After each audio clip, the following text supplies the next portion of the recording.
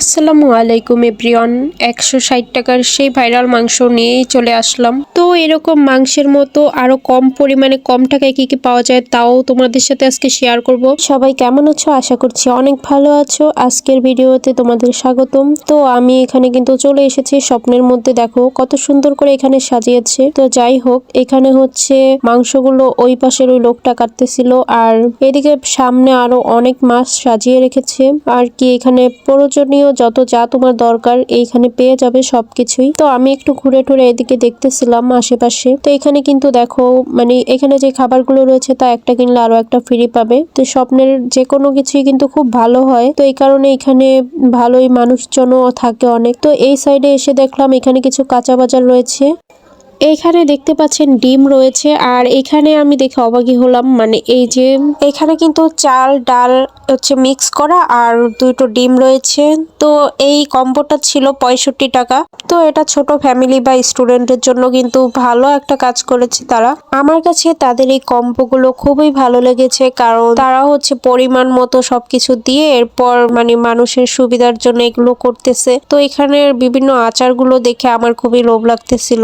এখানের প্রত্যেকটা খাবারের সাথেই তার মূল্য কিন্তু দেওয়া রয়েছে, তাই এখানে কোনো কিছু দামাদামি করতে হয় না। তো এই বিষয়টাও খুবই ভালো লাগে। বেশ কিছু কসমেটিকের আইটেমও রয়েছে এর সামনের দিকে। এই যে এগুলো কিন্তু জেল।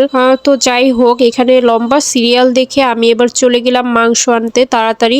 নর্মালি আমরা উপর থেকে যে মাংসটা দেখতে পাই, তো ওই রকম প্যাকেজ কিন্তু এখানে দেয় না। এখানে হচ্ছে মাংসগুলো ভিতরে প্যাকেজ করে দেয়, তাই দেখা যায় না উপর থেকে। তো যাই হোক, এখানে হচ্ছে ভিতরে একজন মাংস কাটতেছিল আর বাহিরে এগুলো একজন মেপে তারপরে প্যাকেজ করতেছিল। ইলিশ তারপরে রুই মাছ এগুলোর কম্বো কিন্তু বের হয়েছে কম টাকার মধ্যে। মানে একবেলা খাবার জন্য এগুলো একদম ঠিকঠাক ভাবে হয়ে যায়। তো আমি এখনো বুঝতে পারতেছি না যে আমার মাংস নেওয়ার পরে আসলে একবেলা ঠিক মতো যাবে কিনা।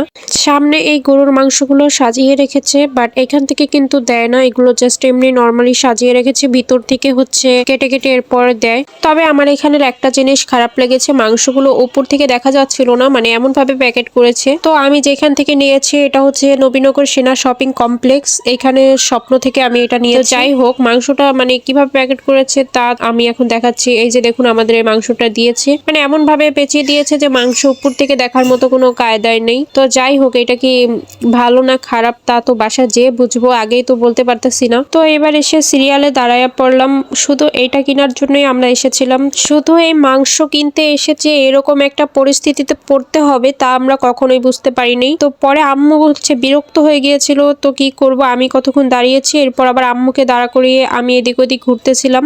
তো অবশেষে বাসা আসতে পেরেছি। বাসায় এসে এটা তাড়াতাড়ি খুলে দেখলাম যে ঠিকঠাক আছে কিনা। তো এখানে কিন্তু আলু দিয়েছে 4 পিস, সরি 4 পিস না 5 পিস। তো যাই হোক, আলুগুলো হচ্ছে মানে এরকমই ছিল কাটা, আর মাংসগুলো এখন গুনে দেখতেছে। মাংস গুনার পরে দেখলাম এখানে 10 পিস মাংস দিয়েছে, এর মধ্যে হচ্ছে 3টা হাড় পেয়েছি। তো যাই হোক, একবেলা খাওয়ার জন্য ভালোই দিয়েছে, কারণ 160 টাকায় কিন্তু বর্তমানে মাংস পাওয়াই যায় না। সেই তুলনায় যে এখানে স্বপ্নে এই অফারটা বের করেছে তাই অনেক। তো আমি হচ্ছে এটা এখন রান্না করব। তো রান্না করার জন্য আমি যেহেতু একটু আলু বেশি খাই, এই কারণে আরো একটা আলু কেটে নিলাম। আমি 2টা আলু এখানে কেটে নিয়েছি, 2টা আলু আরো অ্যাড করেছি ছোট ছোট 2টা আলু নিয়ে। তো এবার হচ্ছে আমি মাংসগুলো ভালো মতো ধুয়ে ফ্রেশ করে রান্না বসিয়ে দেবো। দেখবো যে আসলে সত্যি সত্যি একবেলা খাওয়ার মতো মাংস এখানে দিয়েছে কিনা। তো আমরা হচ্ছে বাসায় ফ্যামিলি 4 জন রয়েছি, তো দেখি। যাই হোক, রান্না করে নেই আগে। তো আমি হচ্ছে যে মাংসটা একটু বড় ছিল ওইটা আবার কেটে আরেকটু ছোট করে নিয়েছি। তো আমার মাংস আর আলু কিন্তু ধোয়া শেষ, এখন আমি রান্নাটা বসিয়ে নিচ্ছি। এখানে আমি পরিমাণ মতো তেল দিয়ে নিলাম, এখন রসুন কুচি আর পেঁয়াজ কুচি দিয়ে দিলাম। এগুলো একটু ভেজে নাড়াচাড়া করে এরপর এখানে সামান্য পরিমাণে পানি দিয়ে দিলাম। এরপর হলুদের গুঁড়ো মরিচের গুঁড়ো অ্যাড করলাম। তো এরপর ধনিয়া গুঁড়ো, এরপর হচ্ছে জিরা বাটা, এগুলো আমি এখন দিয়ে সবকিছু সুন্দরভাবে মিক্স করে নিব। এবং একটু পেঁয়াজ বাটাও এখানে পরিমাণ মতো অ্যাড করে নিয়েছি। তো যাই হোক, এইটা আমি কষিয়ে এরপর হচ্ছে মাংস দিয়ে দিলাম। তো মাংসটা আমি ভালো মতো নেড়ে চেড়ে দিলাম, এরপর একটু পানি অ্যাড করে নিলাম। রান্নাটা একটু মজা করে রান্না করার ট্রাই করতেছি, যদিও এখানে কম পরিমাণে মাংস আছে, তাও যদি মজা হয় তাহলে তো এমনি খাওয়া যাবে। তো যাই হোক, এখন হচ্ছে আমি এখানে আলু অ্যাড করে দিচ্ছি।